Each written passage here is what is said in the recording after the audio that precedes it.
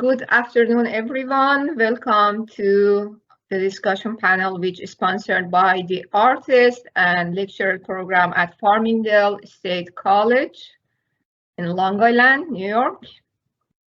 Women, Life, Freedom, a multinational perspective of the oppressed in Iran. We are very honored for the opportunity of having distinguished speakers from Europe and North America. I would like to take, actually, because our first speaker, she's gonna start in around 10 minutes as I scheduled, because I was expecting if something happens or if we have delay. So that's because we have time. Actually, I would like to just tell about what motivated me to organize this event. I'm from Iran, and I, as a woman, and belong to a minority in Iran. So as you may heard, since September 2022, there is an uprising in Iran following the death of a young girl who was killed by police in Tehran. Mahsa Jina Amini was a Kurd and traveled to Tehran for a visit. Death of her sparked protests in different regions in Iran, especially among women and young generation, like schoolgirls, religion minorities, and non-Persian, especially in non-Persian nationals. Since then, hundreds were killed by Iranian regimes and thousands got arrested. But opposition in Iranian diaspora with power, who also control mainstreams, instead of reflecting the true side of women and multinational revolution, they completely are neglecting them. To this aspect, today we are here to hear from several speakers from unrepresentative groups of Iran. So that's, I would like to thank you all audience, they joined us, also our speaker. So I think we are ahead of time. Good afternoon, everyone. Welcome to the discussion panel, which is sponsored by the Artist and Lecture Program at Farmingdale State College in Long Island, New York. Women, Life, Freedom, a multinational perspective of the oppressed in Iran. We are very honored for the opportunity of having distinguished speakers from Europe and North America. I would like to take, actually, because our first speaker, she's gonna start in around 10 minutes as I scheduled, because I was expecting if something happens or if we have delay. So that's because we have time. Actually, I would like to just tell about what motivated me to organize this event. I'm from Iran, and I, as a woman, and belong to a minority in Iran. So as you may heard, since September 2022, there is an uprising in Iran following the death of a young girl who was killed by police in Tehran. Mahsa Jina Amini was a Kurd and traveled to Tehran for a visit.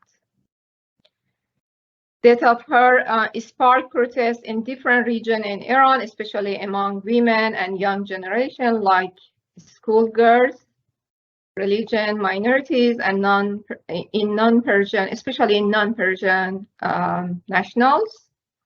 Since then, hundreds were killed by Iranian regimes and thousands got arrested. But opposition in Iranian diaspora with power, who also control mainstreams, instead of reflecting the true side of women and multinational revolution, they completely are neglecting them. To this aspect, today we are here to hear from several speakers from unrepresentative groups of Iran. So that's, I would like to thank you all audience that joined. So our first actually panelist, it's Aylin Fazelian, a member of Swedish Parliament. Aylin Fazelian is a Swedish political scientist and politician of the Social Democratic Party. Since 2018, Aylin is elected as member of Swedish Parliament and currently is a member of the Education Committee. Aylin was born in Sweden to a Turkish family originally from the West Azerbaijan province of Iran. Thank you.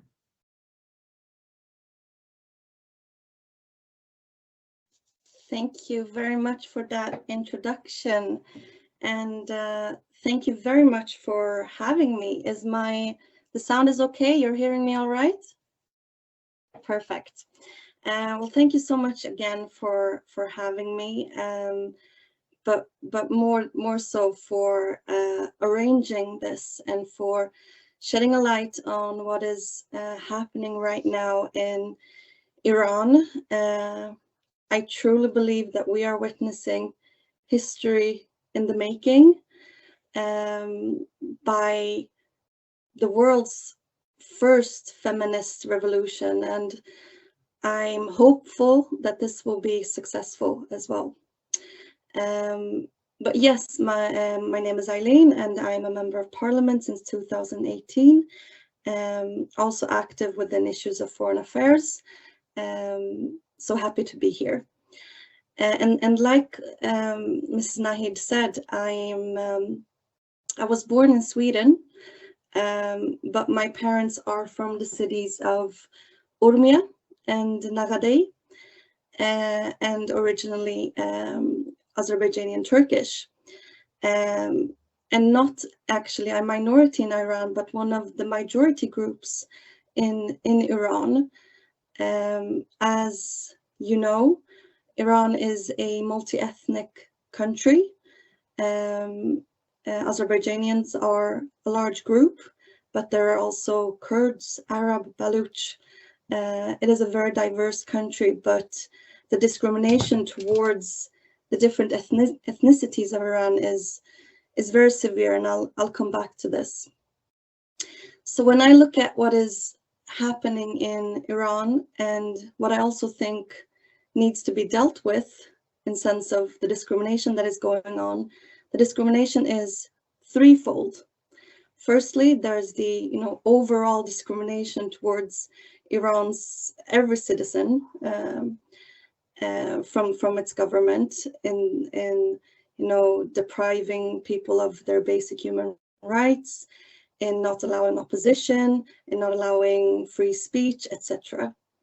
But then there's the second discriminating factor, which is towards the ethnic groups. And I'll come back to this as well. And then third, there's the gender hatred from the regime towards its women. So, and I'll focus on the latter two, the ethnic perspective and the gender perspective.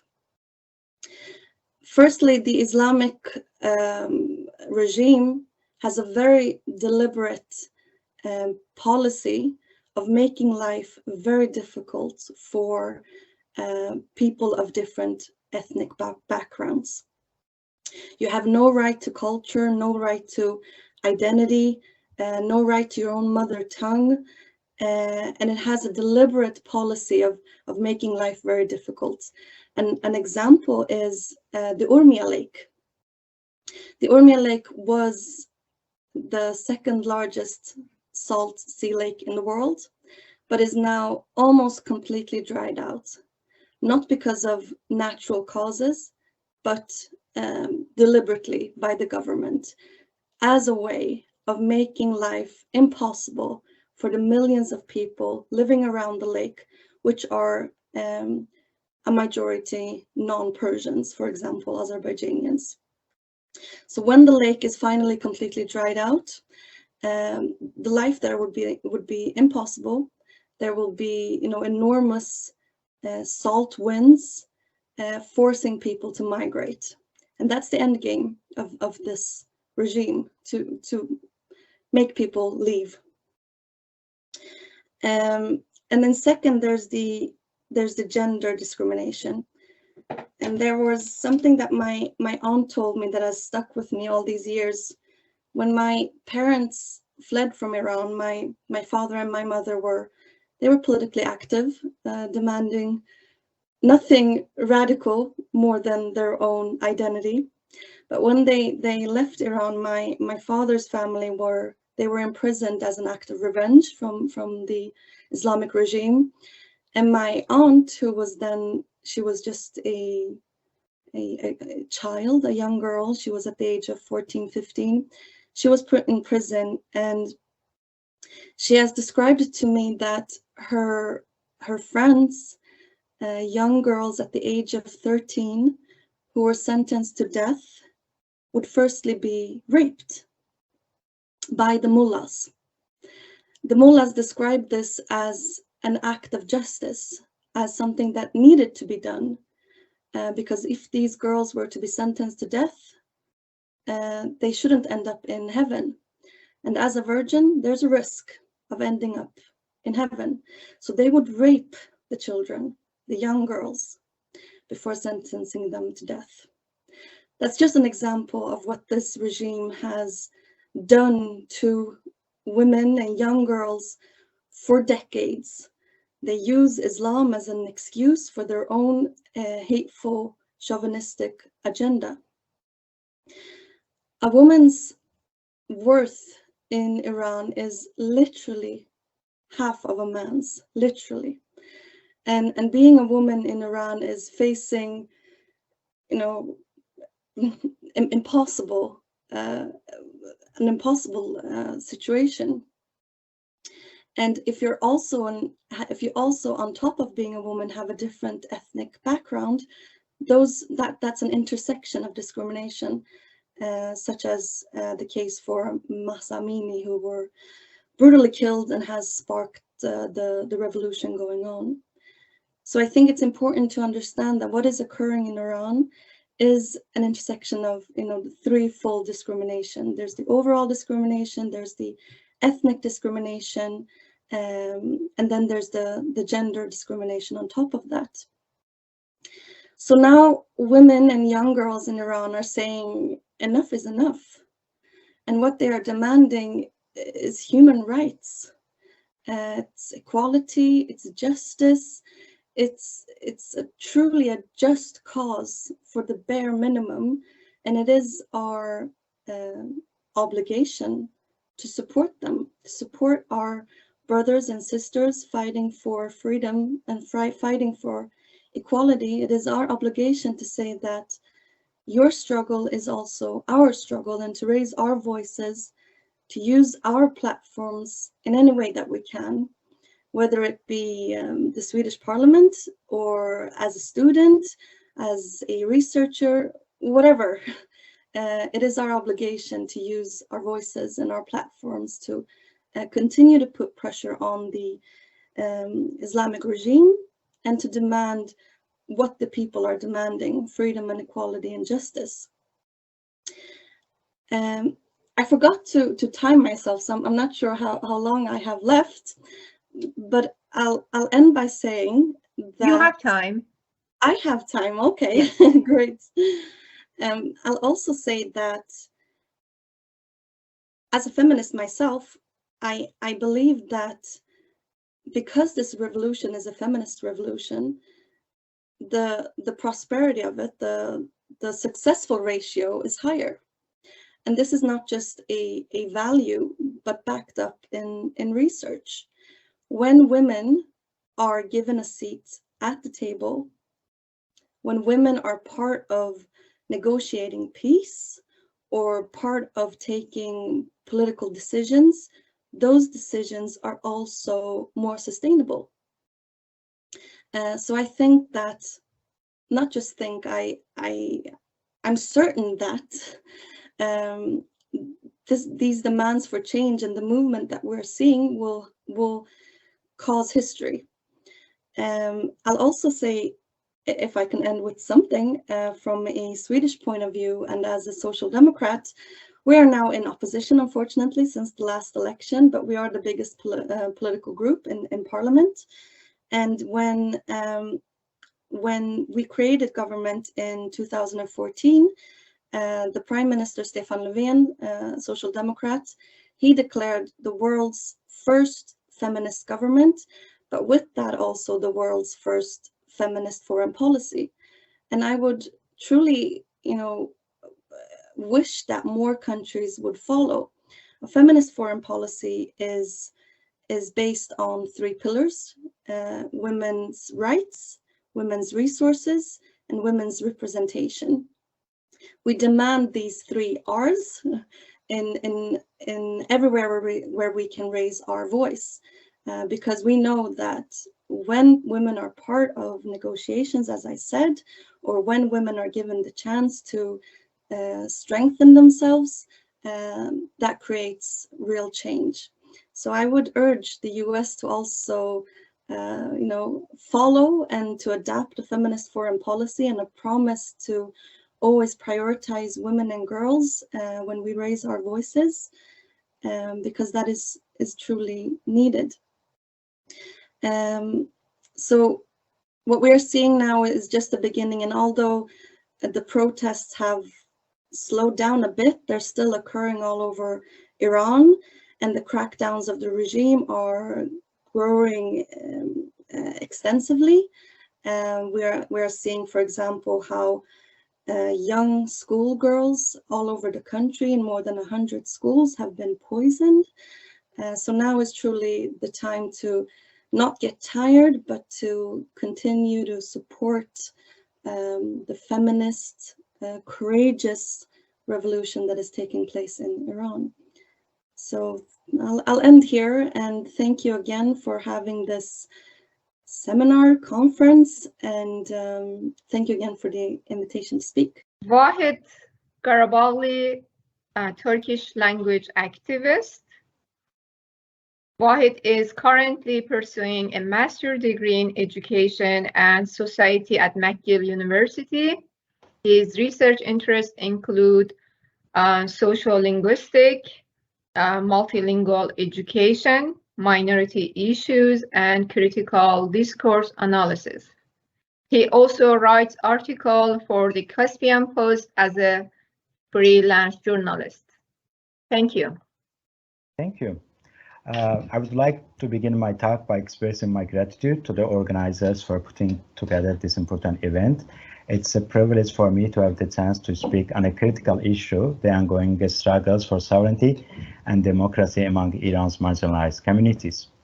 In my speech today, I will explore the complex issue of power and sovereignty in Iran through an intersectional and socio-historical lens, considering various socio-political forces and social factors. These factors include gender, sexuality, language, ethnicity, class, region, and religion. Through this lens, I will examine the struggles of historically marginalized groups within these categories and contexts to reclaim their agency and reshape power dynamics. Their goal is not only recognition, but also active participation in decision-making and issues that concern them. By challenging existing power structures and demanding inclusion in the democratic process, these groups are working towards a democratic, inclusive, and socially just future. In the early 20th century, a group of Western-educated Iranian intellectuals, such as Hasan Tagizadeh, Hasan Kazimzadeh Iranshah, Taghi Arani, and Mahmoud Afshar, laid the ideological foundation for the formation of the Persian-centric and centralist nation-state of Iran in the coming years. These nationalist and modernist intellectuals saw ethno-linguistic diversity and regional autonomies as obstacles to their vision of central government dominated by single language, ethnicity, and nationality, Persian or Farsi.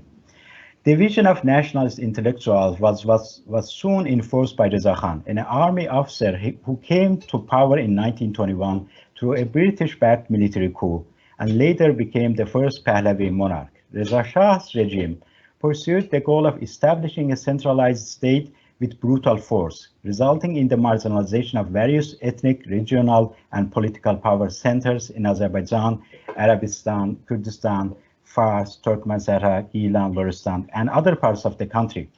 As a result, ethnic groups such as Turks, Kurds, Arabs, Lors, Turkmens, Baluchs, Gilaks, and others were subjected to military campaigns that resulted in countless deaths, imprisonment, exile, and the execution of community leaders. In addition, forced resettlement, land confiscation, and heavy taxation were imposed on these groups, leading to economic hardship and weakening their political and economic power. The Pahlavi regime's implementation of a centralized state not only led to the oppression of ethnic and regional groups, but also disrupted the rich cultural, political, and intellectual activities in regions like Azerbaijan or Gilan. These regions were home to some of the country's most prominent intellectual and political centers. Take the example of Tabriz, a thriving hub of intellectual and political activity, where various movements, including the Constitutional Revolution, were born. This major Turkish populated city was home to prominent revolutionaries such as Sattar Khan, Bagher Khan, Sheikh Mohammed Khiyabani, and many others. Tabriz was also a center for publishing houses and different communities of learners, where people with different beliefs and ideas used to engage in lively political discussions through their journals and gatherings. However, during Reza Shah's reign, these vibrant cultural and intellectual activities were brutally suppressed and erased, as he saw the regions like Azerbaijan as a security threat to his centralized rule, rather than vibrant and essential parts of the country. The consequences of these actions were severe, causing significant harm to these communities that continue to this day as they struggle to regain their political and cultural identities. Reza Shah's policies aim to centralize power in Tehran by systematically depriving the peripheries of political, economic, linguistic, and symbolic power. This enabled the loose form of federalism of the Qajar era, which had recognized the country's multinational, multicultural, and multilingual reality. While all ethnic groups were previously allowed to use, study, and develop their languages and cultures, the Pahlavi regime declared Farsi as the sole official language and medium of instruction, even though less than half of the Iranian population spoke it. The decision to declare Persian as Iran's official and national language was a political and ideological choice to reinforce the Persian-speaking's dominance over the country's multinational groups. In this ethno-linguistic and nationalist project, the Persian language and Persianness have been constructed as normative and privileged identities and represented as the norm.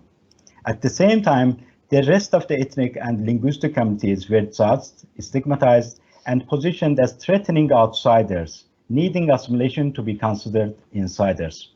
This narrative of portraying Persians as true and authentic Iranians have shaped a sense of entitlement and superiority among the dominant Persian-speaking community members who embody the values and norms of the dominant group and benefit from the exclusion and marginalization of others. In other words, this power is not just institutional, discursive, and structural, but also psychological. The idealization of Persian centrality and the marginalization and the social construction of non-dominant regions and ethno-linguistic groups as threatening others to national self and center has been used to justify violence, exclusion, and discrimination that are deeply embedded in society's social, economic, and political structures. Moreover, the sense of entitlement and power enabled the regime and dominant group members to dismiss the needs and demands of minoritized communities and label them as anti-national elements such as separatists, pan-Turkists, or pan-Arabists, and persecute them if they sought to restore their taken away sovereignty and challenge their socio-political, economic, linguistic, and cultural marginalization. Members of marginalized ethnic and linguistic communities have consistently sought to restore their political autonomy and challenge the power structure perpetuating their marginalization. For instance, with the weakening of the central government during World War II, an opportunity arose for the emergence of two autonomous republics that lasted for a year, from 1945 to 1946. Turks established the Azerbaijan People's Government, while Kurds founded the Mohabbad Republic. During this period, Turkish became the language of education, government, radio, newspapers, and music in Azerbaijan. However, Muhammad Reza Shah commanded the army to intervene in the region and forcefully overthrew the governments, leading to the massacre of thousands, imprisonment, and exile of many. The regime also organized events to burn Turkish textbooks and committed numerous human rights violations. Similarly, in 1979, with the Islamic Revolution in Iran and overthrow of the Pahlavi regime, marginalized communities called for autonomy in their regions, an end to ethnic and linguistic assimilation, and the implementation of mother tongue-based education. Muhammad Kazem Shariat Madari from Azerbaijan even questioned Khomeini's vision of religious regime and called for autonomy for Azerbaijan. However, the government responded by putting him under house arrest and executing some of his followers. The government engaged in violent conflict with Kurdish groups in Kurdish regions. The Turkmen and Baluch communities also raised calls for autonomy, but also too were met with violent suppression. In the recent women life freedom protests, marginalized communities in Azerbaijan, Kurdistan, Balochistan, Gilan, Turkmen Sahra, Ahvaz, and other regions have actively highlighted the issue of sovereignty. They also experienced the highest casualties and most violent forms of government suppression against protesters. The call for sovereignty takes various forms, including regional, political, gender, linguistic, environmental, and more. For example, in Turkish populated cities and Azerbaijan, the slogan "Freedom, Justice, and National Government" has become popular, along with the call for freedom for women, sovereignty for nations. Additionally, members of these communities in the diaspora have organized protests or attended rallies while carrying their respective flags and discussing the idea of centralized Iran in the future, where power is shared. Despite the ongoing struggle for greater sovereignty and democratization in Iran, mainstream opposition groups have largely ignored the voices and concerns of marginalized communities. As a result, these groups continue to face significant challenges in their fight against the Iranian regime and the dominant discourses, ideologies, and power structures, which are also prevalent among opposition groups. Marginalized community members are frequently excluded from events, media, and panels, and are often required to pledge loyalty to the centralist and nationalist system. Consequently, it's a constant struggle for these groups to challenge and disrupt the exclusionary nature of centralist notions of the nation, which is crucial in achieving inclusion and democracy for all Iranians. The construction of the other and marginalization in Iranian society is not only based on linguistic and ethnic differences, but also intersected with other forms of oppression, such as gender, sexuality, religion, region, and social class. Therefore, in the context of the Women Life Reading campaign, the goals and the struggles cannot be reduced to a single issue. It is not only about the state's power, but also the power relation between different groups within the nation state. Moreover, the struggle for sovereignty is often fought within many intersected social spaces, particularly for marginalized groups whose sovereignty has been historically denied on multiple bases. The sovereignty in Iran is not only ethnic and linguistically defined, but also gender, religion, and regionally. The government controls women's bodies by enforcing dress codes, discriminatory laws, patriarchal norms, and practices that limit their movement, access to certain social spaces, and political participation. Thus, by reclaiming gender sovereignty, Turkish women in Azerbaijan can strengthen their struggle to restore regional sovereignty. This effort has the potential to challenge intersecting forms of oppression based on factors such as gender, class, region, environment, and ethnicity.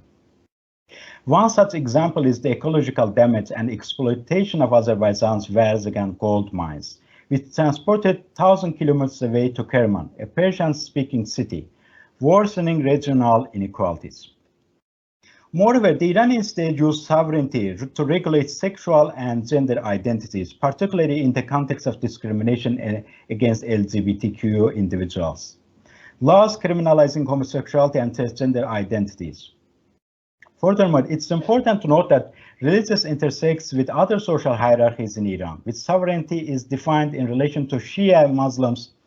This has resulted in the marginalization and discrimination of religious minorities, such as Sunnis, Baha'is, and Alevis. Additionally, these religious communities are regionally, ethnically, and linguistically marginalized, further exacerbating, worsening their marginalization and limiting their access to resources and opportunities, such as economic, educational, and political. During my presentation, I aim to demonstrate that various forms of sovereignty in Iran have been historically constructed in ways that perpetuate interconnected forms of marginalization. In particular, illegitimate and dominant forms of sovereignty have been employed to legitimize the domination of certain groups and justify the subjugation of others. As a result, it is imperative to critically examine the concept of sovereignty and acknowledge the intersectionality of different power positions in the construction and contestation of it. We must recognize the sovereignty of marginalized communities, as it is crucial to understanding and challenging systems of power and domination. To achieve this goal, we need to develop an alternative conception of sovereignty that is not based on domination, but on relationality, recognizing the diversity and complexity of human experiences and positionalities. Thank you very much. Thank you for this opportunity again. Thank you for a very interesting and informative talk. There is a comment. There is a comment in the chat. It says autonomy is a constitutional right that was granted to the state of, I'm sorry, I'm going to mispronounce it, Azerbaijan by the first constitution of Iran, 1906. Yeah, that's true. That was recognized in the Constitution of 1906. Our next and third speaker is Tara Azizi, human rights lawyer of Kurdish origin. Tara is a human rights lawyer based in Washington, D.C. and currently holds the position of International Legal Director at a Human Rights Law Center. Tara has been working directly with victims of human rights abuses from vulnerable communities and minorities. Please, Tara. Tara, you're currently muted. Can you hear me now? Perfect. Thank you so much, Vahid, and the rest of the organization to the seminar for inviting me, for having me for this panel discussion. Iran, as we all know, and previous speakers have emphasized, Iran is a very diverse country. And when I saw the topic of this panel discussion, it immediately caught my eyes because the topic allows us to provide a much needed, well-needed intersectional perspectives when analyzing the ongoing situation in Iran right now. So the topic of this webinar I want to emphasize is highly relevant and well-needed. So thank you so much for that and for inviting me. So I'm a human rights lawyer. I'm based in Washington, D.C., as Vahid mentioned, working on significant legal cases, some of them against the Iranian regime, states, and individuals. And I'm working now with as an international legal director with Harichi Human Rights Law Center. So it needs to be emphasized when we dive into this diversity and understanding of this discrimination that it is estimated that at least half of Iran's population is based on ethnic and religious minorities. So half of Iran's population is based on ethnic and religious minority. That also shows how diverse it is and why the Iranian regime need to use some methods to, in their views, see these as a threat and gain the control of the region. So people of minority groups in Iran, they face disproportionate economic, environmental, and health challenges. And what I'm about to say right now, it's fact and statistics from UN Special Rapporteur, UN agencies, and established human rights organizations, and also information I receive as a human rights lawyer in my daily work. Iran's ethnic minorities, they inhabit the state's poorest provinces in Iran, and they receive the lowest level of government services and infrastructures. This is also a fact. The central power in Iran, in Tehran, they do not offer a political model of inclusion to these ethnic minorities. And the regime, they go to extreme lengths to repress and oppress ethnic minorities. I will describe this as a systematic discrimination that has been ongoing for many years. This is not something new. This is not something that was brought to attention due to the tragic, brutal death of Jina Mahsa Amini. This has been ongoing in Iran, but there are increased international attention to this issue due to the movement in Iran that we've been seeing the past months. The Iranian regime, they have also, I just want to emphasize the length, extreme length that the Iranian regime are taking in order to oppress and suppress its minorities. They have ordered and carry out assassinations of leaders and oppositionals of Iran's ethnic minorities outside of Iran, in particular in Europe. The fact that ethnic minorities, they form a majority in several strategic locations in Iran, also possess some kind of threat to the regime and its powers, because, for instance, I'm going to bring some example why. In Khuzestan province, which is the center of Iran's oil production, so very important strategic place for Iran. And if I'm going to bring another example to you, Iran's strategic port is located in Sistan, Baluchistan. So there are some strategic locations for the Iranian regime that is dominated by ethnic and religious minorities.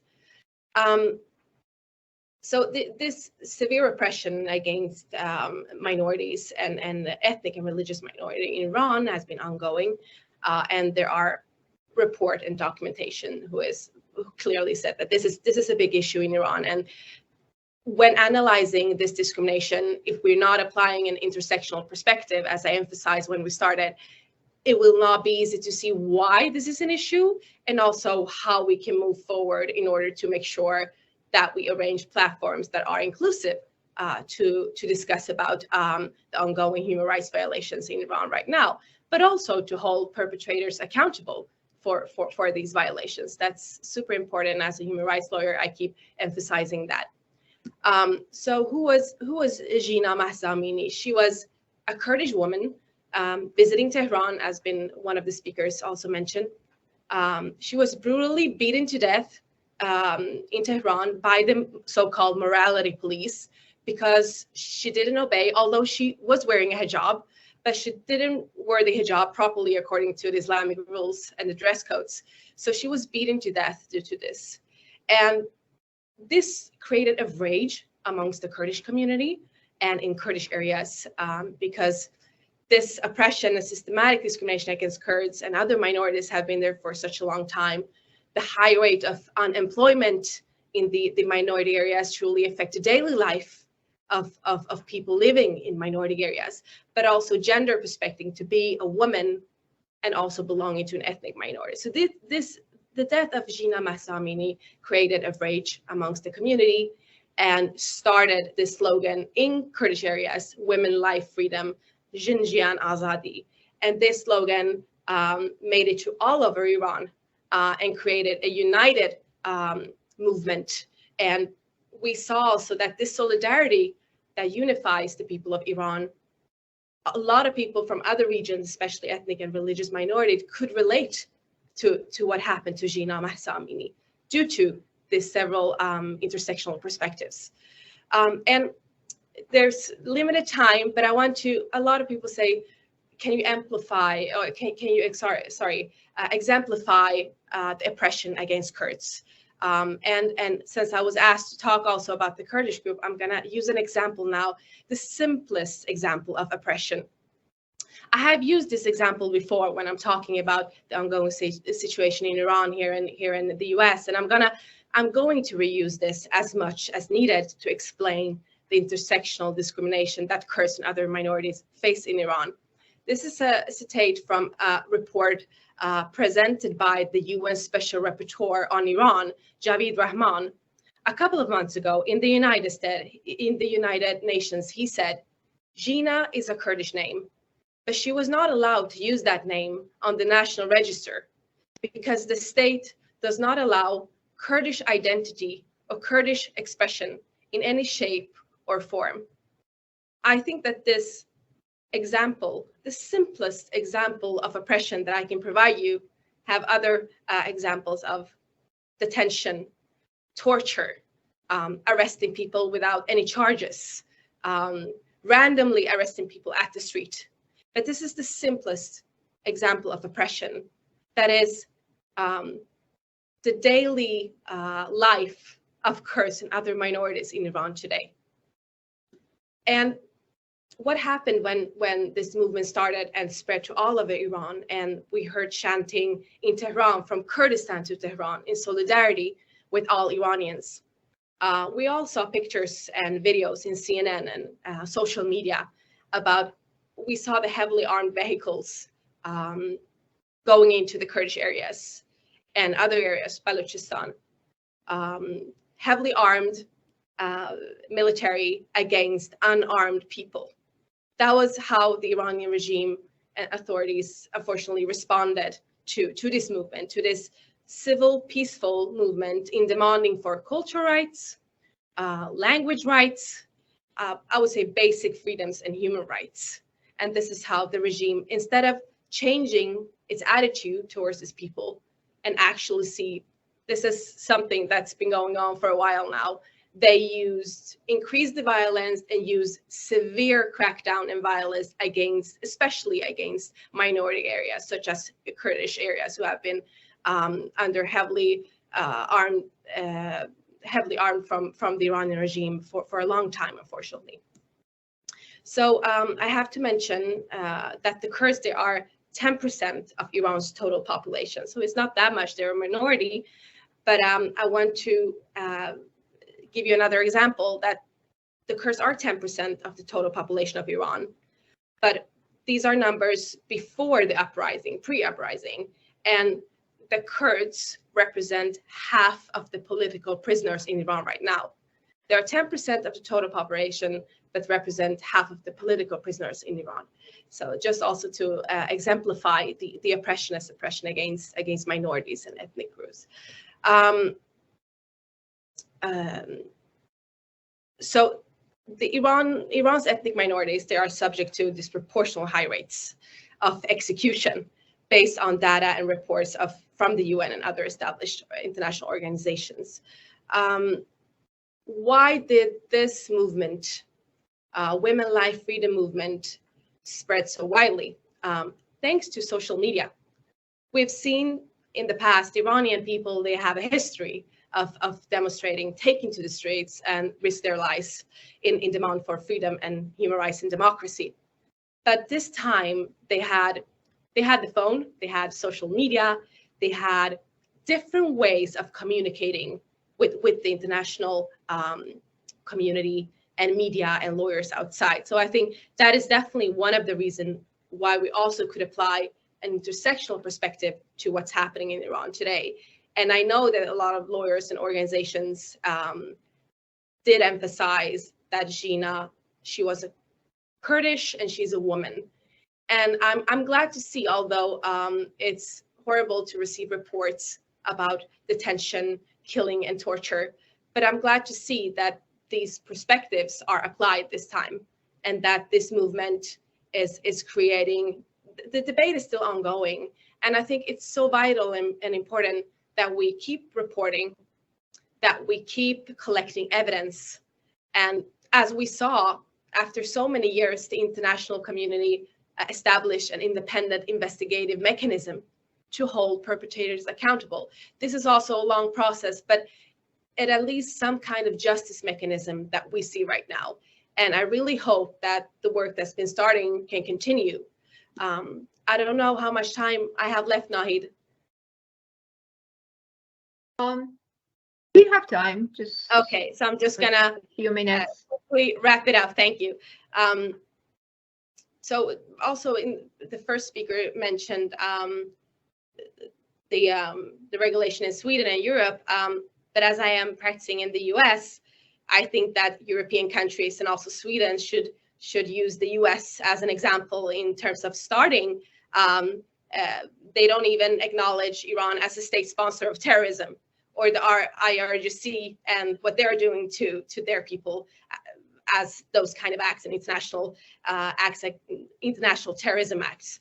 So I think definitely, because they receive some kind of role model to the US, I really hope European countries and Sweden are seeing the regulation that is available in the US right now and the tools that US citizens actually have to hold perpetrators accountable, Iranian authorities accountable for what they're doing to its citizens. So that would be my hope, that this discussion started in the within European countries, but also they're far behind. And I really hope that they also see that these acts by the Iranian regime and its authorities should be looked upon as we're doing it here in the US under FSIA regulation.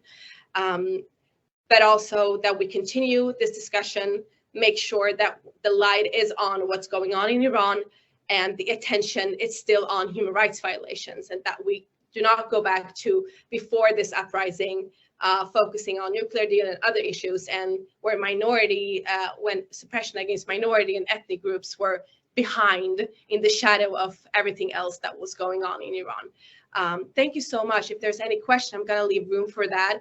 And thank you for inviting me. Thank you, dear Tara, for your great information. Thank you so much. Mona Silavi, women rights activist, Arab Al-Ahwazi. Mona Silavi holds a master's degree in clinical and social psychology and is currently working on Belgium Red Cross. Mona is the co-founder of women rights organization called Voice of Ahwazi.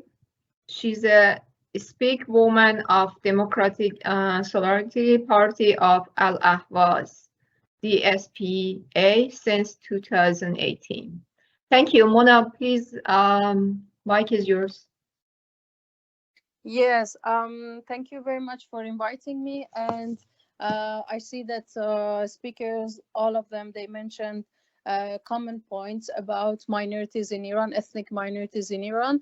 I would like to emphasize that we talking about ethnic minorities in Iran and Persian domination on the other minorities and central government that's actually promoting Persian language as a sole language, and it's not in any way any hatred toward Persian as an ethnicity or as a language, as we grow up with this language. Personally, I love literature in Persian. I enjoy reading it, and it is for me even easier to read Persian literature more than my mother tongue in Arabic. But the problem is here that in countries in Middle East, but also I hold a degree in good governance in Middle East and North Africa.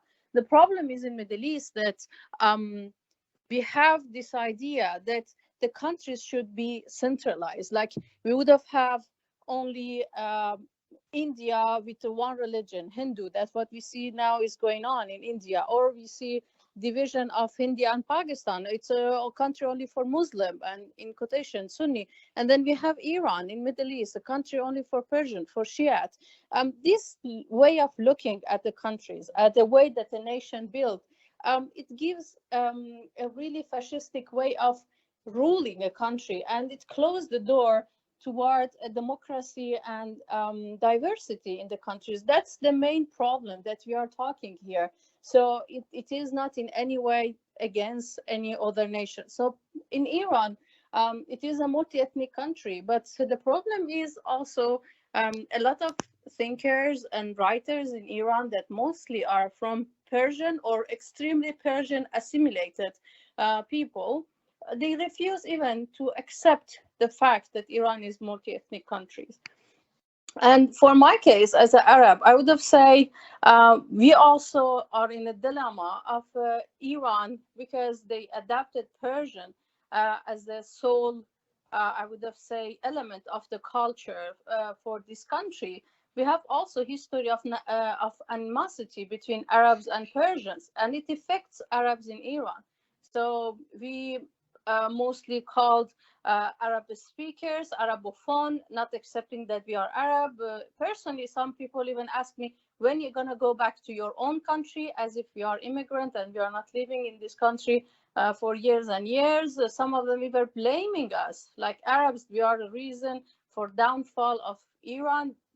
Yeah, that's the problem in Iran, that this idea of not accepting that there is other nation in Iran, and we can actually rule the country in other way. And why also are we talking about these ethnicities? Because this extreme central government that does not divide the authority between other provinces that has minorities lead to have this country that interfere in other countries by the name of protecting their minorities. For example, Iran is claiming that it's protecting the Shia minorities in Yemen, Shia minorities in Lebanon, Shia minorities, I don't know, well, some people say in Iraq they are majority or whatever it is, but they're using the resource of this country. And they didn't ask us if we really want our resource to be spent in civil wars or proxy wars that's happening in this region. And I don't know if any Baluchi taxpayer that or poor Baluchis that they don't have the electricity in some of villages, they are ready to pay money so Iran can build hospitals for Hezbollah or the region that Hezbollah is living, or any Arab, Ahwazi Arab, that's they living in poverty on the land that gives a really huge amount of Iran revenues, because we are a region that it is rich by oil and gas. We really want that the money that comes on the expense of destruction of the environment. We know how the oil extraction affected negatively so many regions, to be sent to be weapon to Yemen or to in Iraq too. So that's the problem that we're talking. So we have to give voice to these minorities, that their identity being denied, their political right being denied. So many people think or saying that during the time of previous regime, it was much better, or it was more heavenly and more beautiful, so it is only the fault of mullahs. But it is not the fact. It's this extreme centralization, as some of the speakers said, started with the Pahlavi dynasty. Because before Pahlavi dynasty, during the Qajar dynasty, which was Turkish dynasty, every region was named after the ethnicity that we were living in. Baluchistan, it was for Baluchis, and before it used to name it Baluchistan and Sistan, and now they call it Sistan and Baluchistan. So they want to hide the identity of Baluch there. There was Arabistan for my region, but they changed it and they call it Khuzestan. For them was especially hard to call a region in Iran Arabistan. And then there is Kurdistan, everybody knows about it, Turkmenistan for Turkmen Sahra for Turkmens, and we have Azerbaijan for Azerbaijani Turks in Iran. So this idea of changing the identity of these people didn't start with this regime, with this Islamic regime. But the difference is, during the time of Pahlavi dynasty, we didn't have the problem of social problem that we have with this regime. During the time of Pahlavi, we had our social freedom. Nobody would have, or in quotation, religious freedom. Nobody would have stopped us if we didn't have a scarf or we didn't pray. But we didn't have political rights. So we did a revolution for the political rights. But what happened, unfortunately, we lost our social freedom and we didn't gain our political right that we seek to have it with this regime. So that's, I didn't want to repeat in my intervention, is it is all the point that said before, it is totally correct, and I want to echo on that. But there is another thing that it would have been interest to the researchers. One of the reasons also that the Western researchers, they do not talk about so much other ethnicities, beside the fact that there is this domination of Persians, that regime also doesn't allow the visit of the researchers to this region. For example, in my region, Ahwaz or Arabistan, there is 2 international airports. But if anybody wants from the foreigners to go to Iran, they have to go to Tehran, and they have the security screening before entering to the country. So there was some tourists that went to international airport in my region. They had to send them to Tehran to make sure that they are not coming here to, I don't know, see whatever it is in the country.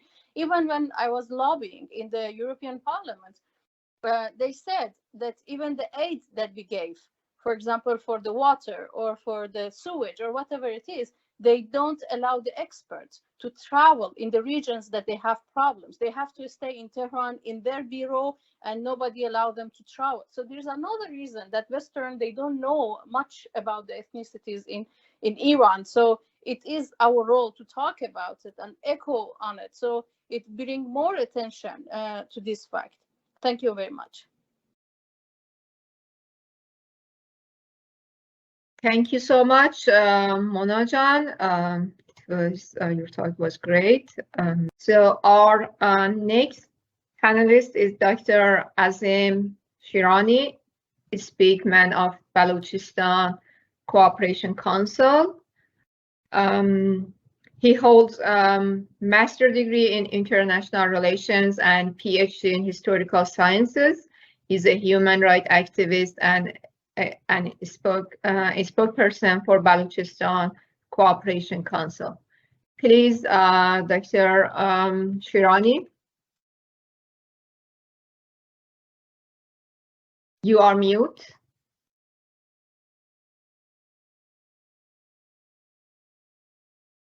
You have my voice? Yes, sir.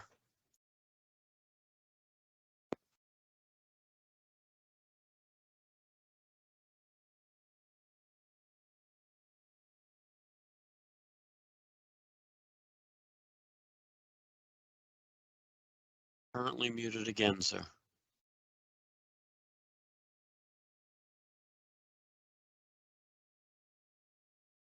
Still muted. Not muted.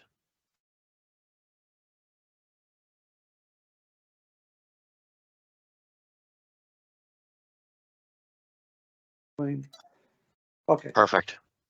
Yeah. First of all, I want to say thank you to the organizer of this seminar that invited me to participate.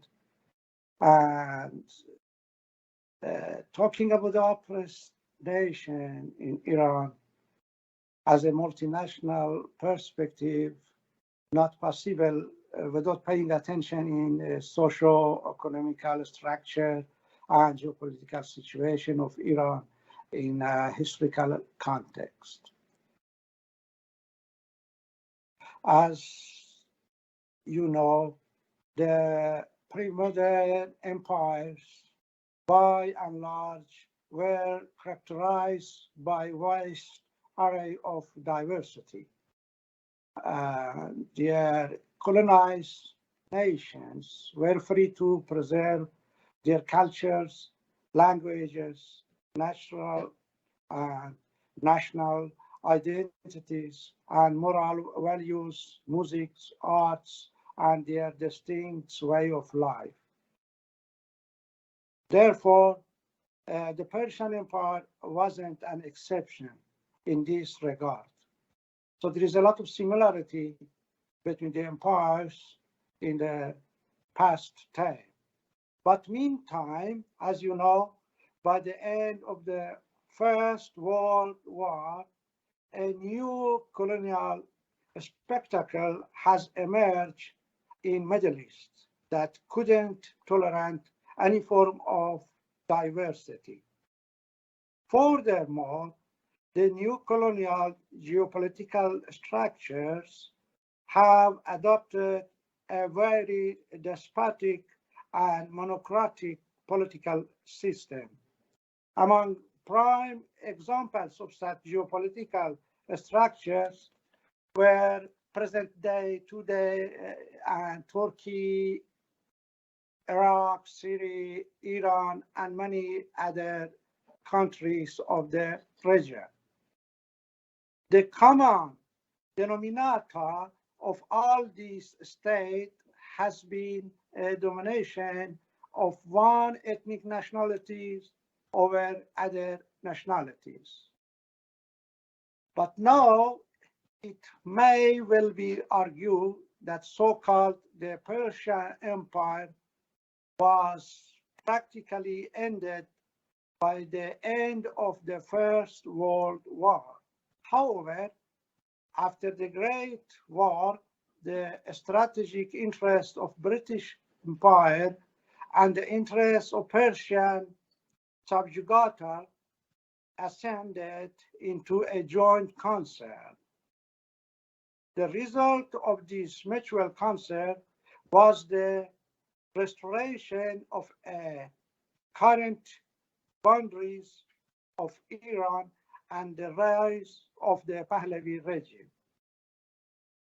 The subjugation of other nations, such as the Turk, Azeri, the Kurd, the Arab, the Baluch, and others, by military force and their annexation into one boundary has left no other option to colonial masters except to enforce their hegemony by the means of brute force. In order to subdue the subjugated people, the ruler of the dominant nation have initiated all sorts of predatory schemes and implemented many inhumane and undemocratic plots to destroy the identities of non-Persian nations in Iran in the name of building a unified nation state. In the course of achieving this, and the non-Persian nations have been marginalized at a different rate. The ruling establishment deployed their military, economic, political, education, language, religious, and their propaganda machine to call into the question the very existence of no-Persian ethnics in Iran. Consequently, the Persian state in this way have concentrated all sorts of power in their control. Monopoly of all power, military, economic, political, and cultural power by Persian ruling establishment have deprived the rest of ethnic nationalities from such power for a complete century. During this entire time, the ruling establishment has counted on a bogus history to justify their colonial policy of forceful assimilation and homogenization. The end result of 1 century of systematic discrimination, repression, military assault, and economic exclusion and deprivation is the current state of Baluch people or Kurd or other oppressed nationalities and their current borders of Iran. The most progressive and enlightened members of these nations have been imprisoned, tortured, and killed by the Islamic regime and the former regime. Here we can mention that the resources of under discrimination nationalities have been plundered and all their sacred moral, cultural, and social codes have been violated and their integrity has been taken from them and they are forbidden to read and write in their mother tongue or to nurture their arts, musics, and culture. In one word, the oppressed nationality have been prevented to utilize their potential to achieve sustainable development. Unless all these so-called ethnic nations are treated as equal under the law, all talks about freedom, equality, justice, and peaceful coexistence fall not short of fertile hot air. Besides, unless the full democratic rights of these discriminated nations are recognized and implemented to the full, there will be no peace and prosperity in this part of the world. Therefore, one law for all nations is the first step in right direction to achieve a sustainable security and development in Iran and worldwide. So, as you know, and before me, another speakers mentioned, really these new revolutionaries, I can say it's social moment revolutionary of life, woman, freedom in Iran shows that in which route this new movement is going on. It's all about discrimination and misuse of the resources and inability of decision-making policy in Iran, which was mainly dominated by the centralized approaches in whole this century. So we hope all the democratic forces and oppressed nation to be together to get their democratic rights and go toward the social justice for a better future, not only for Iranian people and all surrounding area, but whole worldwide. I hope today by facilities which we have through this media, especially the social media, we can help each other to get new idea and gather our thought and find a better solution for the future of the life. Thank you so much. If there will be any question, I am in your service. Thanks again for your attention.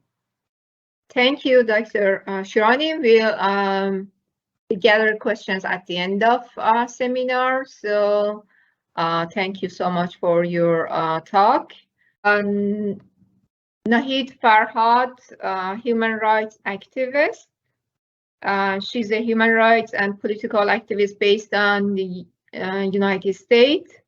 In US, she has worked with the Center for Human Rights Documentation for about 8 years. Nahid has extensively contributed to the Persian language media. Thank you. Thank you, Tarajan. Hello, everyone. Thank you for having me. Let me start with this emotional quote. It said, "If I don't go out and protest, who else will?" This quote is the last words of Minu Majidi to her family before she died. Minu was a 62 years Kurd woman. She was shot by security forces on the streets of Kermanshah in the west of Iran. In the ongoing revolution in Iran, women and ethnics were at the heart of conflict. According to human rights activists' reports, since the beginning of this revolution on September 2022, at least 550 people have been killed. Please consider that This number happened in only 6 months, even less than the 6 months, by security forces, including 29 women and high numbers of marginalized ethnic minority groups. Me, as a human rights advocate with many years of experience and the knowledge of how the political system works in Iran, I believe the actual number of people killed is certainly higher. Certainly higher. I want to emphasize that this is not a protest or demand for change.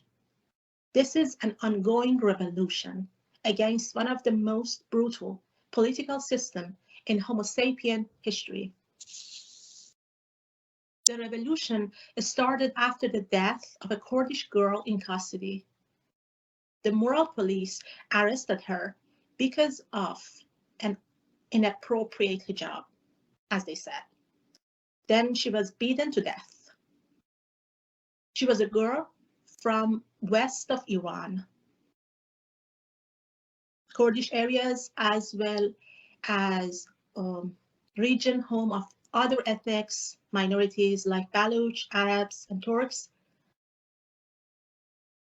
have seen the highest proportion of death.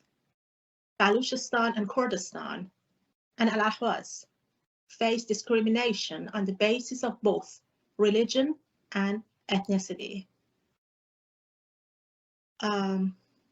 Let's take a look at Baluchistan, as I mentioned, is a region under discrimination, harsh discrimination.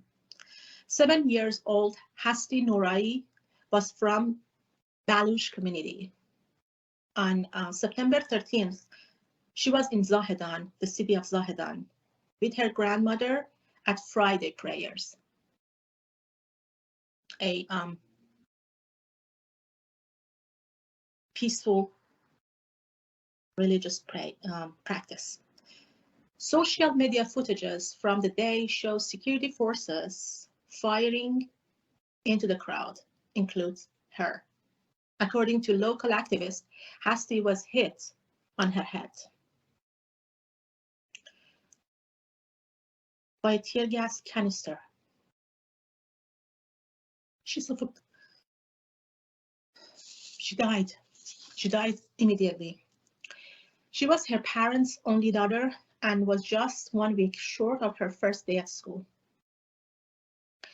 Behind the numbers and images are families in shock and grief. Kids who lost their moms and dads, or dads. Parents who lost their beloved kids. In many cases, unable to speak out because of fear of retribution. An ethnical group, which is about 70% of the country,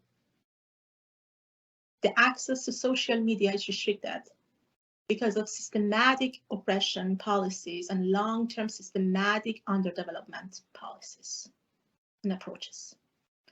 All ethnic regions suffer from weak internet infrastructures, aggressive suppression and brutal behavior from the government to the local people.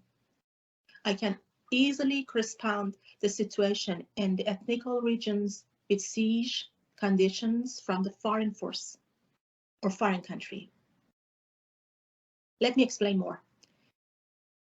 Iran, obviously, Iran's regime dictates strict rules across the country. It is obvious, but in ethnical regions like Kurdistan, Azerbaijan, Al-Ahwaz, Baluchistan, they have taken the residents under siege for the past 4 decades. People are officially banned from talking to their mother tongue, learning their mother tongue, deploying and practicing the cultural events or religious beliefs. If they protest, the answer will be headshot or chest shot immediately. You definitely know about the level of brutality the regime in Iran shows to the Iranian people on a daily basis. It's obvious. I'm here to let you know, if you want to know the reality about daily life in ethnic regions in Iran, you must multiply this brutality of 10. Iran is a multinational country, but this variety has never, ever been recognized by the political systems, not under fanatic mullahs in the past 4 decades, nor under the secular Pahlavi dynasty in the past 50 years. I mean, 90 years together. Iran, with a population of about 87 millions, is home of 7 ethnic minorities alongside majority Persians. Minorities have long faced discrimination. Let's start with Kurds.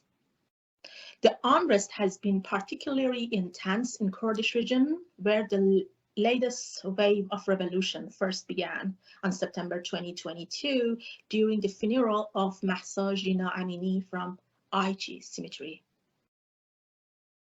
Go to Baluchistan. Some of the deadliest unrest so far was on September 30th in Baluchistan province of southeast Iran. On that day, the security forces opened the fire on unarmed prayers who were practicing Salat in the city main mosque. Let's go to Arab region. Iran Arabs, estimated to number 1.6 million, reside many along the border in the southwestern oil-rich province of Khuzestan.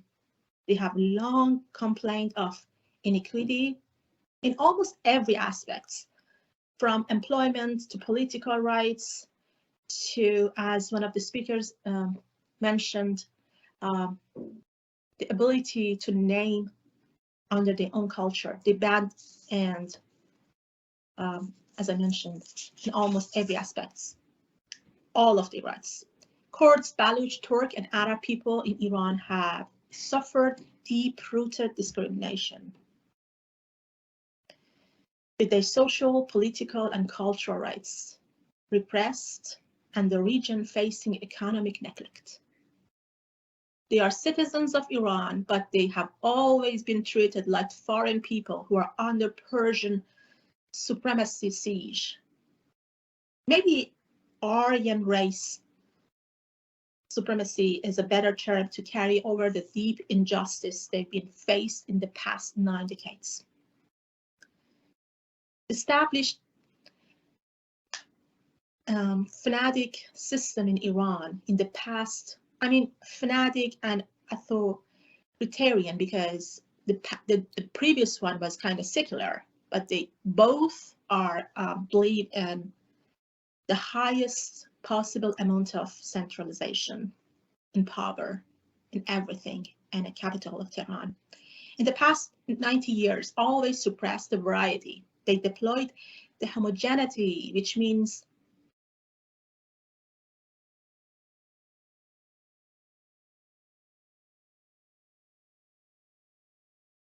Vahid, you're muted. I'm sorry to interrupt. Somehow you got muted. Am I good now? You are now, thank you. To establish political systems now and before both suppressed the variety. It was the kind of approach. They deployed the homogeneity, which means one nation, one flag, and one sole language. No variety tolerated. No one can challenge them, or the one must be ready for death. But I can see the end of this dark era. I'm here to fight for non-homogeneous Iran. The people of Iran ethnics are fighting too. I believe we will win, and soon we'll see a colorful, diverse, open, and beautiful Iran. Thank you.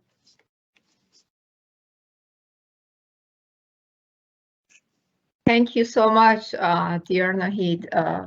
And now let's move to our last speaker. Before introducing him, I would like again to ask audience, if you have any question, please write on the chat box. Then after our last speaker, we will consider questions. Thank you. So,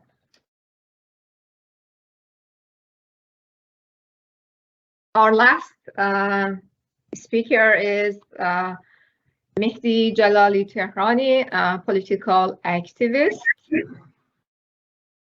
Mehdi has graduated from. Mehdi, your mic is on, so it's okay. Thank you.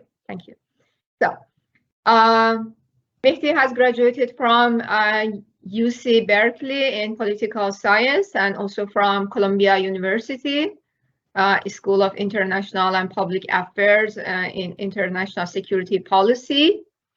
Mehdi argues that what we see in Iran is not an uprising for regime change. Rather, it is a revolution to change a unitary nation state to a multinational democracy. Thank you so much. Thank you for having me. Hi, everybody. Can you hear me now? Well, yes, we can. Okay, great. Basically, my take is gonna be that I have written here is gonna be like kind of like summarizing what the previous speakers said, and I start from the current situation, what we have seen up to now. To better understanding of the revolution that is happening right now or in last 6 months, we see two regions, the Kurdistan and Baluchistan were highly active in the revolution. And the other region, especially Tehran, the center of Iran, was not that much given the number of people living there.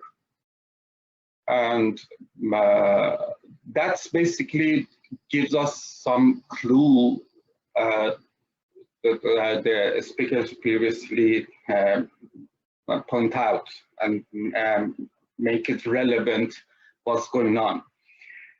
And at the same time, basically, we see a challenge of a structure, power structure in Iran, and at the same time, challenge of the values, dominant values, even Persian on Shiism. Let me go back a little bit, and two of our speakers talked about the history of the unitary and single nation states in Iran from a century ago, after the World War I, or after, we could say after the collapse of the Ottoman Empire. And simultaneously with the fall of Ottoman Empire and drawing of artificial borders for the Arab lands by Britain and France, we are witnessing the formation of single state nation in Iran. Iran, which was in competition with the Ottoman Empire, until then was known as the closed kingdoms of Persia, or kind of, we can call it guarded territories, guarded independent territories of Persia, or Persian Empire in general, from 400 years ago. But it was in the constitutional revolution, which was happened in 1906. We see the guarded territories of Persia. Basically, you see a kind of, I would not name it primitive, but basic federal system. And these territories, these kingdoms, they didn't have change, but it was like a territory or a states like we see in United States. Different states, like 13 states at the beginning, they are independent. They have the sovereignty to rule on their people. And kind of the same situation was going on in Iran back in 19th century, 18th century. But after the constitutional revolution, Reza Shah was the founder of the Pahlavi regime, came to power by the coup was made by Britain. But Reza Shah was not loyal to British people because British were busy with the situation in Africa, in Middle East, in the Arab countries. And at the same time, it was in the collapse of the British Empire that happened and ended at the World War II. So Reza Shah tended to be inspired and influenced by Nazi regime of Hitler in Germany.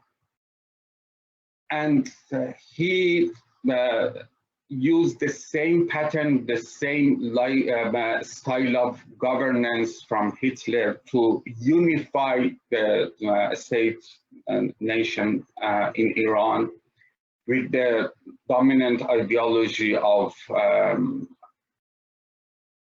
Aryans, that race, because Iran see itself as an Aryan country, and Hitler was also claiming Aryan supremacy. But it was a bad gamble because Hitler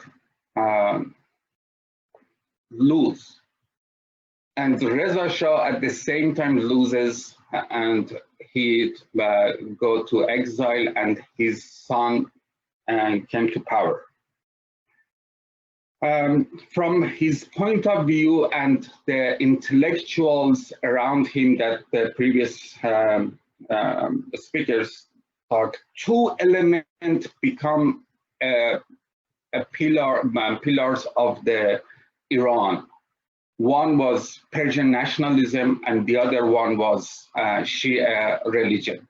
Persian nationalism was kind of like in contrast with Arabs, neighboring Arabs, to distinguish yourself as a different and independent nation. And Shiism also was in contrast with the Sunni people in Arab lands. But internally, Persian nationalism oppressed other nations in Iran at the time. And Shia religion suppressed and discriminated religious minorities and also women. But today's generation has both the experience of the generations before towards the Persian nationalism of the Pahlavi era and the current experience of the Shia religious government. The systemic discrimination and systematic enforced poverty towards other nations, non-Persian nations, has caused both Persian nationalism and Shia religion not to be considered the two sources of authority to maintain a unique and homogeneous nation state in Iran right now. Basically, Iran has lost these two pillars of nation-state structure. Although we should note that the authority of these two sources could have been challenged since 100 years ago, but the discovery of oil made the economic resources in Iran to be in the hand of the central government, and it could use it as a tool of suppression towards minorities, towards peripheral nations, in contrast to Persians that they live in central of Iran.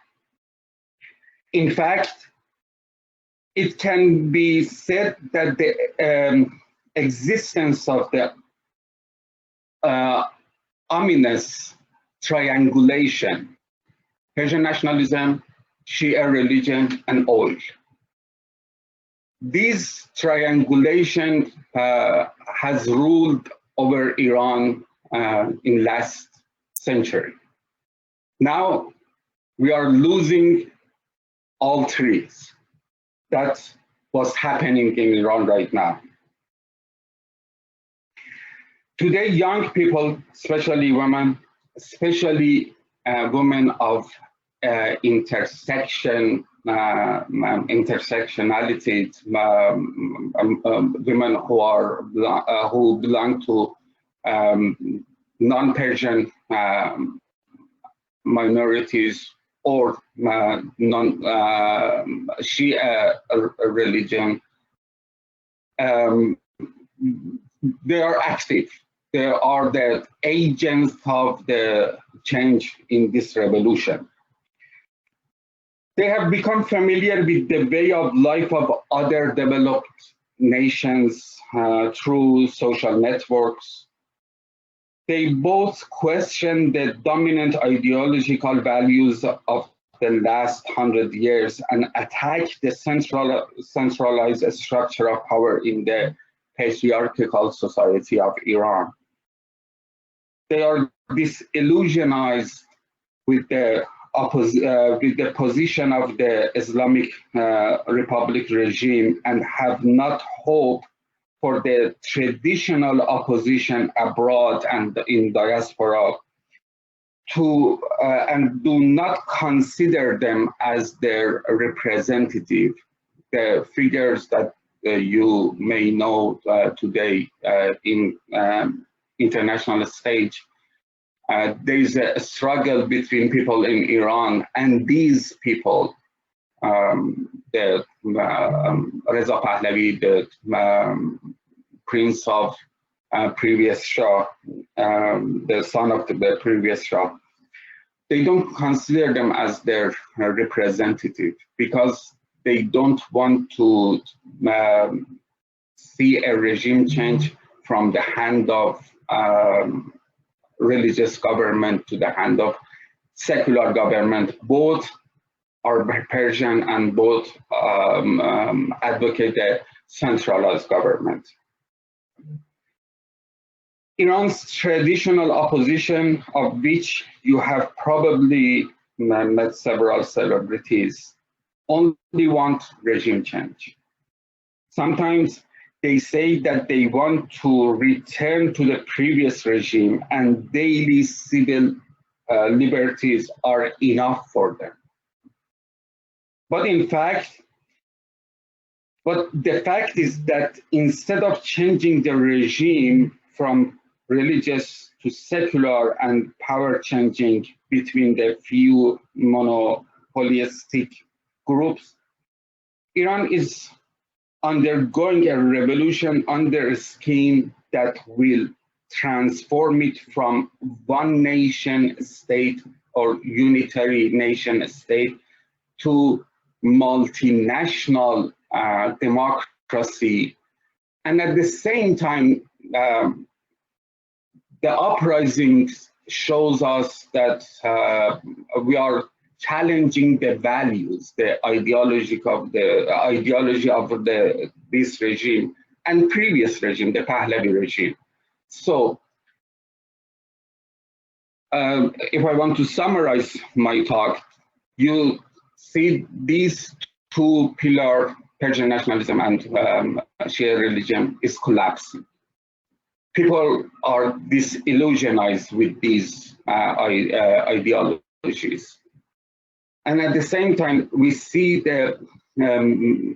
a struggle between those people who just want regime change and very basic civil liberties like not having hijab and or having club dances, whatever you consider as a civil liberties and civil freedoms.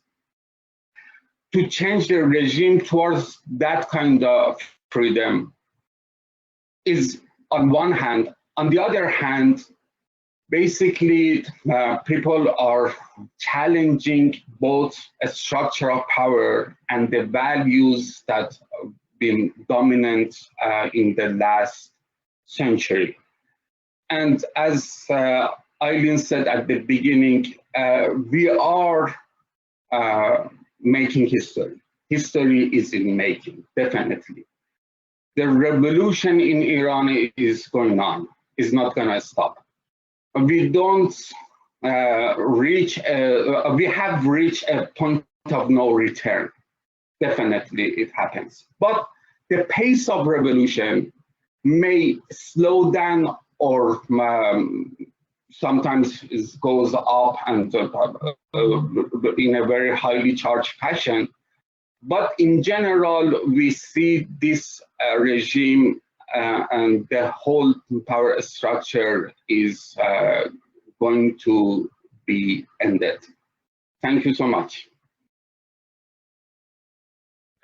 Thank you, Mehdi Jan. It was great points we heard from you. Yes, I also can say we Iranian, we are making history, especially this is revolution of women. So it's true. Okay, I would like actually thank all of the panelists. If you are here, please, turn on your camera. Let us also audience see you. If they have any question, actually, then they can ask. I have myself a question. Also, I think we have time also from panelists. If any of you have question from another, please feel free to ask. I'm gonna also check the chat box. I noticed, like, I think when Mehdi was talking, so Sina put a comment, protected dominance of Qajar, maybe like Mamalik Mahrous. I don't know. It's that's much better. Yeah, translation. Protected territories, or what was the second word? It says dominations. Protected dominions. Dominions of Qajar. Yeah, it makes sense. Yeah, that's a good translation. Actually, that is, as Mehdi mentioned, 90 years ago, the name of the country right now called Iran was this. So, okay. So, I mean, we mean like it is, Iran is made upward just in last 90 years. Okay, thank you so much. Also, I'm gonna see if I'm gonna be able to read the question.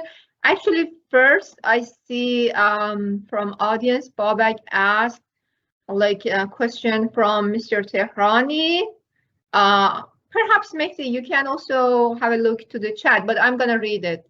What are some reasons why certain so-called Iranian nationwide opposites groups reject the multinational reality of Iran, and how does their stance differ from that of the current regime under Ayatollah Ali Khamenei, considering the rejection approach of the opposition groups?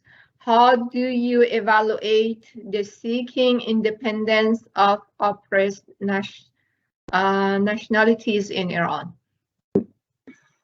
Definitely, we have to call it inertia, and that if you are privileged as a Persian, for example, me, I'm Persian and so-called Shia. I don't practice religion, and I don't call myself Persian for a while, but I am considered as a Persian and Shia. So when I have privilege, why should I lose it? Why should I give it to the others? This is one point. And the other one is basically ignorance. We as a Persians, we live in a central Iran, and we don't know that much about the other non-Persian minorities.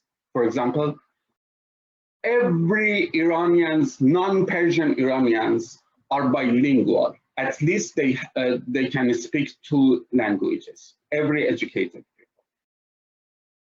But we, as a Persians, we can just speak Farsi. So in terms of education, in terms of social force, in terms of everything, in terms of our environment, because we are living in a kind of like not desert, but dry and areas. All of the industries comes to us. Tehran, as Ghalibaf, former mayor of Iran and the Speaker of the Parliament right now, he said in one of the presidential debate, he said that 22% of the Iranian population, they live in the steppe of Tehran, in a kind of like metropolitan city of Tehran, including Karaj and different smaller towns around in periphery of Tehran. 22%. If you are Turk, if you are Kurd, if you are Arabs, if you want to have good access to economy, to source resources, you should be in Tehran. You should move to Tehran, to central cities, or Isfahan, for example. And at the same time, this is the process of assimilation. Basically, you have to be a Persian. You should adopt all of the Persian culture and values, like Shahnameh, whatever you see. And it takes time. Actually, revolution pace, the pace of the revolution is fast. So it doesn't take time, for example, decades. But still, it takes time to change whatever was happening and established in the last century during this revolution. And at the same time, in the point of view of the Persian centralists, or they call themselves Iranian nationalists, they just want to they just want regime change. It doesn't happen for them, and it takes us a lot of struggle to make it happen as a multinational democracy. I hope I could answer it. Thank you. Also, because it was a good question, also if any of our guest speakers, they want to add comments and answer the question, please feel free.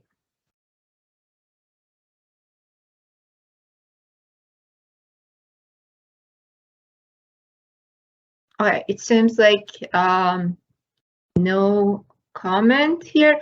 There is another question. It's a long question. I will try to read it.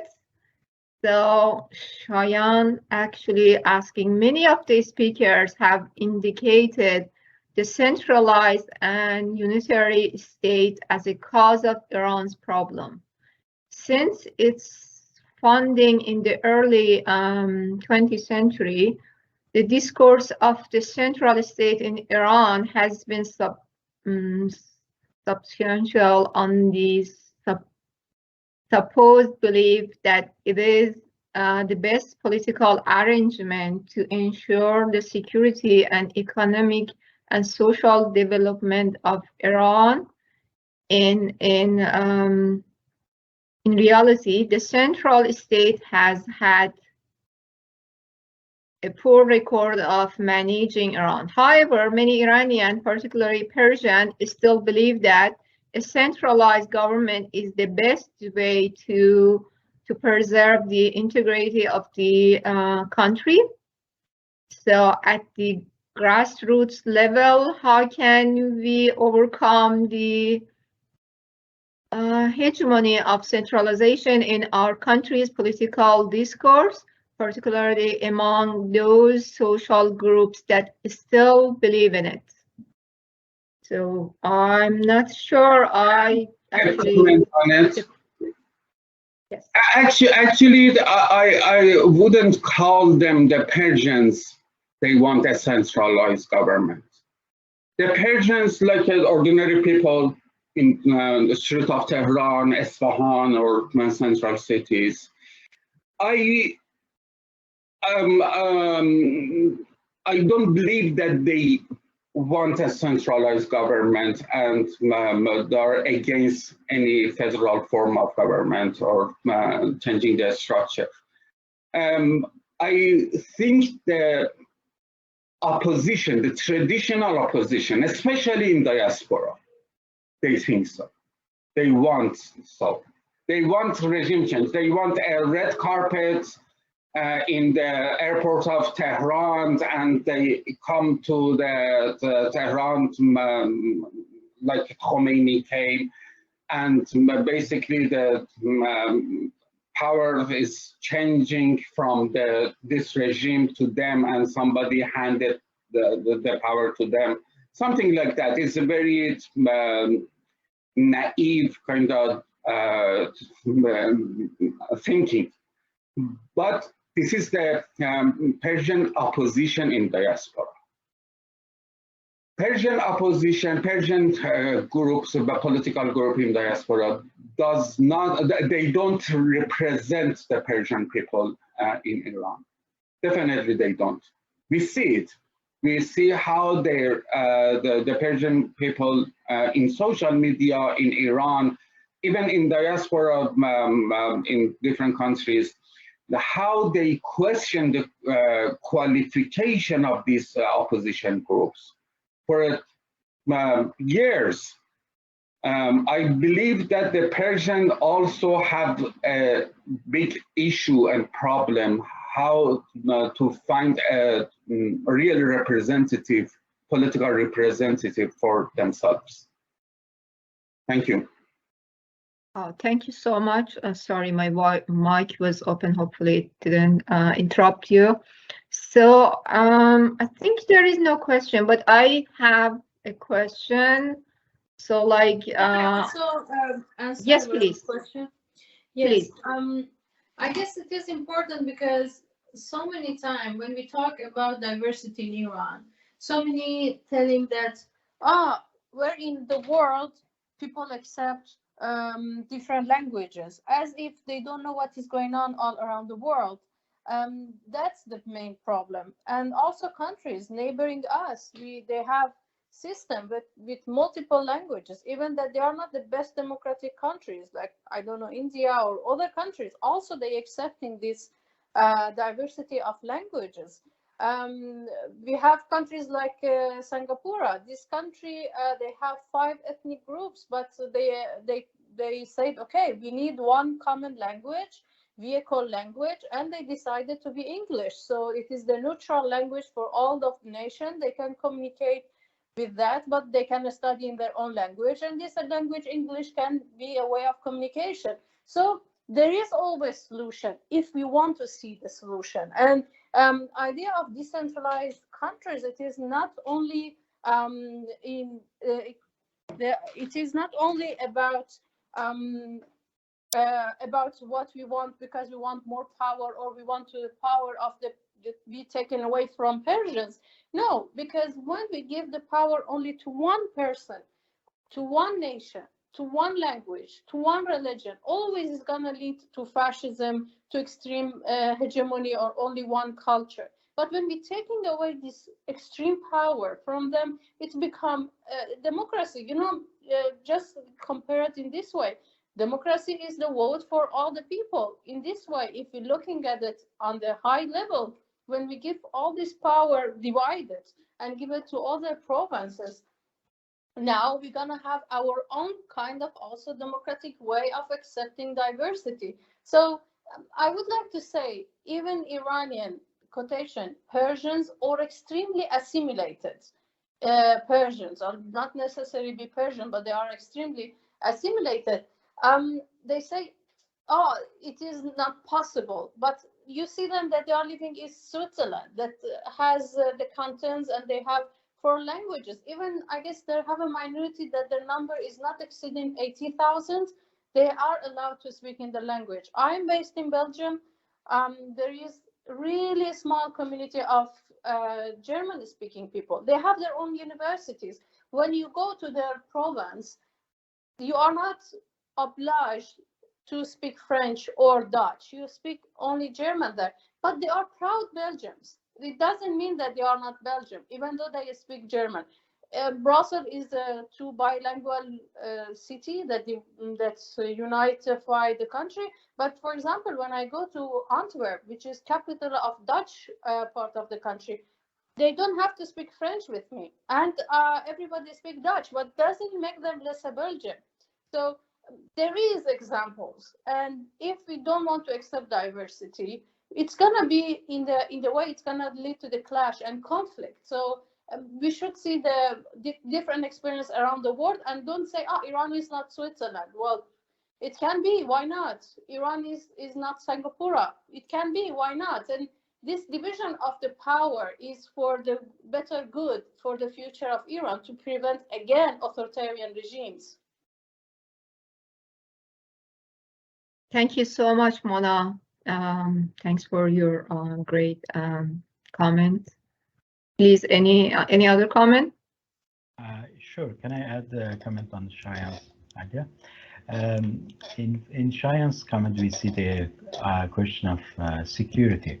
In fact, our argument here is that we challenge this perception, this framework. This is ideological framework which views different regions as a threat, as a security threat, and through this justify centralization of power in center. This is a problematic, and we know that in different parts of the world we have different systems. We have federal systems which power is shared between regions, and they have their own centers. And through this way, a country develops in all different parts, not just in one center. We have this issue in Iran that we have they transfer water from Ahvaz to Isfahan because they concentrated all factories or economic activities within Iranian center, and this leads to also environmental problems which suffer local Arab people from it. And I mean, this idea of security and this is a view of domination, authority and sovereignty from center is domination over regions. This is problematic, and that's why we should reject that, and we should call for share of power in terms of economic, political, cultural, like pre-modern era. Thank you. Thank you, Vahid, also for your comment. So is there any other comment? Actually, can you read the last question or comment in the chat box? Thank you. There is no intention on the part of Persian intelligentsia to eradicate racism and walk the path of democracy in Iran. Attend a few book fairs and you'll be shocked by the plethora of racist literature that props up Persian ethno-nationalism. This is all more ironic for our time, as Iranians have never been as literate as today, and empirical data has never been as readily accessible. And then they quote the person, I'm going to mispronounce his name, I apologize, Zaya Ebrahimi R. 2016, the emergence of Iranian nationalism, race, and the politics of dislocation, New York Columbia University Press.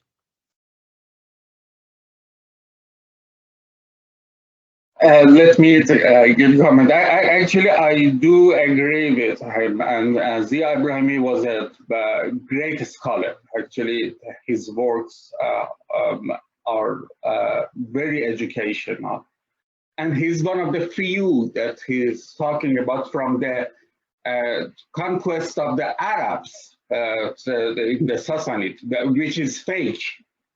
Which even that historic event that we all believe it is fake, is not real. There's a lot of objection to that dominant narrative. Up to now, he is working on Persian nationalism and those kind of things. He is a great scholar, definitely. And you talk about Persian intelligentsia. When you call it Persian intelligentsia, make me, I don't have any objection. Yeah, you're right. Definitely intellectuals, Persian intellectuals, even from leftist group, they still see the Persian supremacy as their driver. And they protect that Persian supremacy. And that's why we are in the revolution. The revolution is not the changing the regime, and even does not mean that we just want to have a change in the structure of power from one regime to another secular regime. The revolution is questioning these values, these setting, this political setting, this structure of power, definitely. Thank you for your very informative comments. Thank you. Okay, so we almost finished on time, but still I have a question. I would like to ask my question. So as we know, Persian, they are majority in Iran, and then Turks, they are the second, let's say, the second majority or the first minority in terms of population number. That's, sorry if I can make the code. So I'm just wondering, in social media also, you know, like in some talks, we hear that Turk people, they are not right now actually acting against this regime, like they are not attending in protest as they should. But is it true? I feel like there are some misinformation.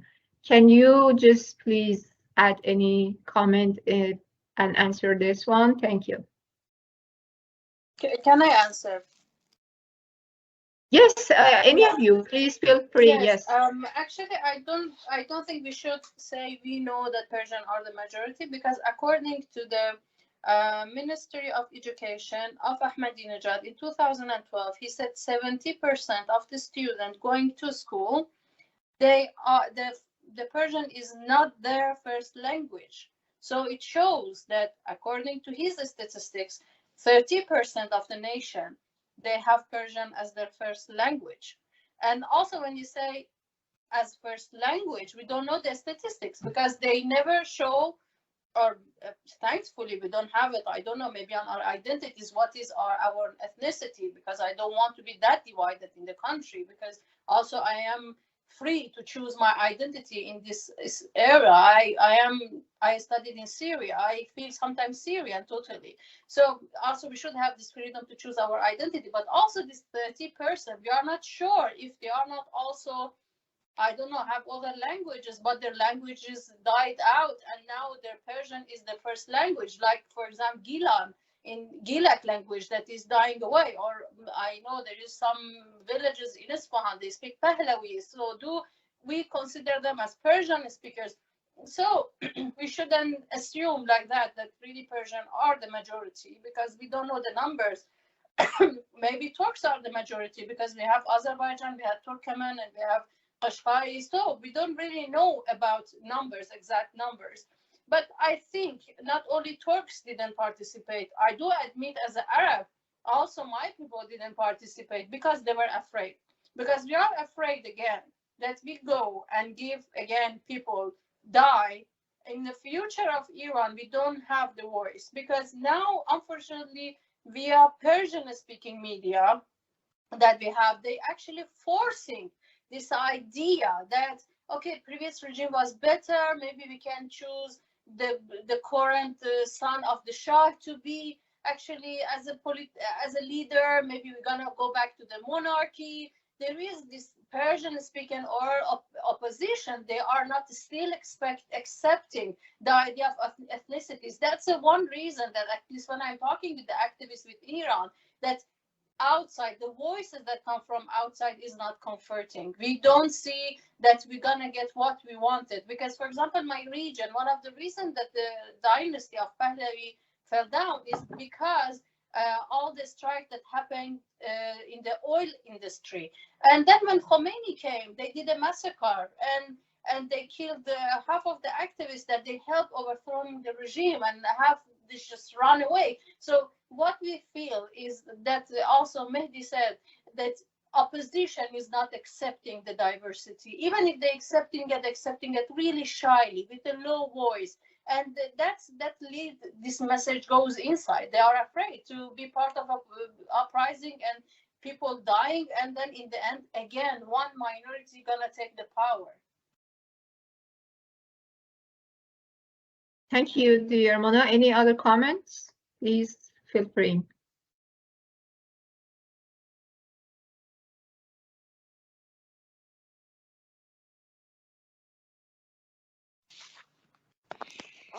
Thank you.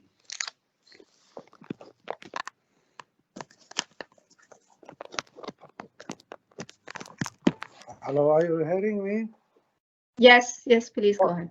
Yeah, sorry, I was on a stage. I don't know what happened. I went out, then I tried to get back. I wasn't able until now.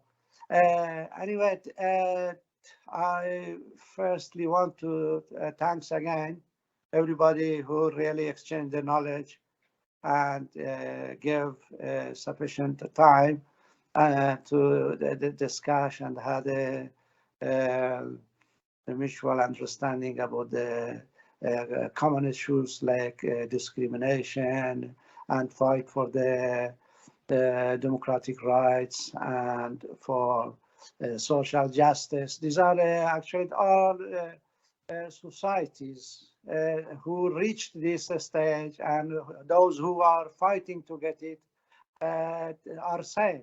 But the main thing, the comment which I want to do, I hope in the future we had less technical problem and get more friends and more idea and get related to find out the solution, practically solution for the future. Once again, thank you. Thank you so much for your time and attending. So any other comments? Yeah. Also about my question? Yeah, related to your question. I think Turks participated in these protests actively. We had protests in Tabriz and Erbil, even in small cities like Mishkin, Khoy, Marand, and other cities. Also in Kerat, we know big population of Turkish population live in Kerat. But that's also true that we had more protests in Sunni regions, for example, in Balochistan and also in Kurdish Sunni regions. We had more protests. But if you compare Azerbaijan with and Turkish cities with Yazd, Isfahan, Kerman, we also didn't witness big protests in those cities, or even with Tehran. So I am not agree with this idea, this framing that Turks were not active in these protests, and I mean, if you just Google on YouTube about protests in Tabriz, you could find videos. And if I may have adding comment to this, which is basically about the Arab Ahwazis. We can say that this revolution started with Arab Ahwazis about 3 years ago. In 2 summers in a row, they came to the streets, and it was a long uprising. Never happened before. It was completely unprecedented in the life of the revolutionary Islamic revolutionary regime. Before that, in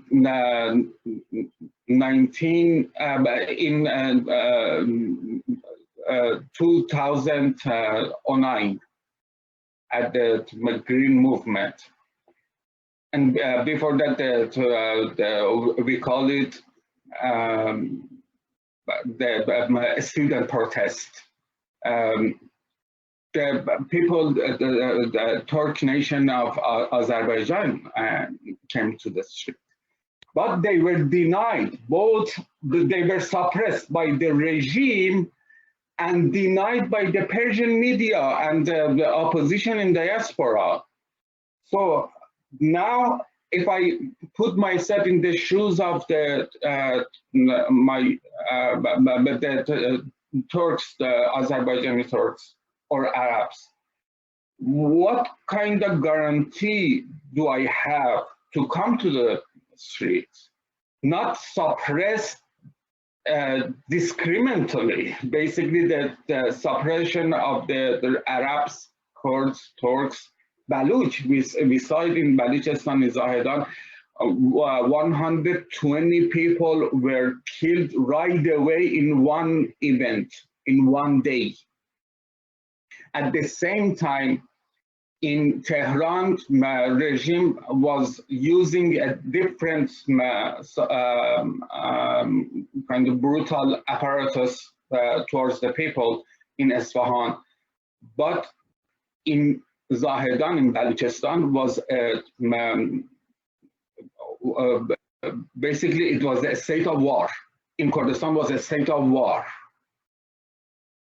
So, considering this situation, I think that if Arab Ahwazis or Turkey in Azerbaijan, they're kind of a little bit considerate what's going on, and they don't see a real picture that they can trust about the future. We don't see that kind of participation. If we want this revolution to succeed, if we want to change the regime, we need to give the people this kind of multi-aspected image. We're gonna have a multilingual, multinational democracies, and all of the nations in the region, they have semi-sovereignty and they can basically manage their own life. If we give this picture, there is no doubt the revolution is going to succeed, and the pace of revolution is going to go higher and higher. Thank you. Thank you so much. So, any other comments?